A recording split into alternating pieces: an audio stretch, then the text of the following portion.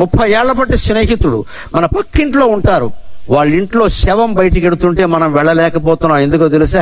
అమ్మాయి పెళ్లి తలపెట్టుకున్నాం కదా, నెలాళ్లలో అలా వెళ్ళకూడదు. ఇంట్లోంచి సలహా, నమశివాయ నమశివాయ.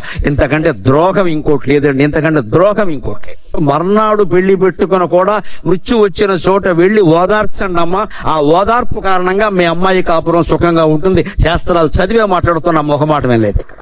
గుడ్డి నమ్మకాలు బాగా ప్రచారం చేసి హిందూ మతాన్ని నాశనం చేస్తున్నారు ఇక్కడ. మా ఆవిడ కడుపుతో ఉంది, ఈ ఆవిడ కడుపుకి ఆవిడ వాడు పోవడానికి సంబంధం అంటే ఆ శవాన్ని దగ్గరికి వెళ్ళినంత మాత్రాన్ని ఇక్కడ కడుపు భక్షణం అయిపోతుందా? లేదా పుట్టకుండా వాడు పుడతాడా? హిరణ్యకశ్యపుడు పుడతాడా ఏమన్నా అక్కడ? హిరణ్యకశ్యపుడు ఎప్పుడు పుడతాడో చూపించారు. మహావతార నరసింహాలో బ్రహ్మాండంగా చూపించారు. కలవకూడని సమయాల్లో కలిస్తే, కోరకూడని కోరికలు కోరితే, భర్త గాని భార్య గాని బలవంత పెడితే అప్పుడు గర్భం ధరిస్తే రాక్షసులైపోతారు. అనుమానం ఏం లేదు ఇక్కడ.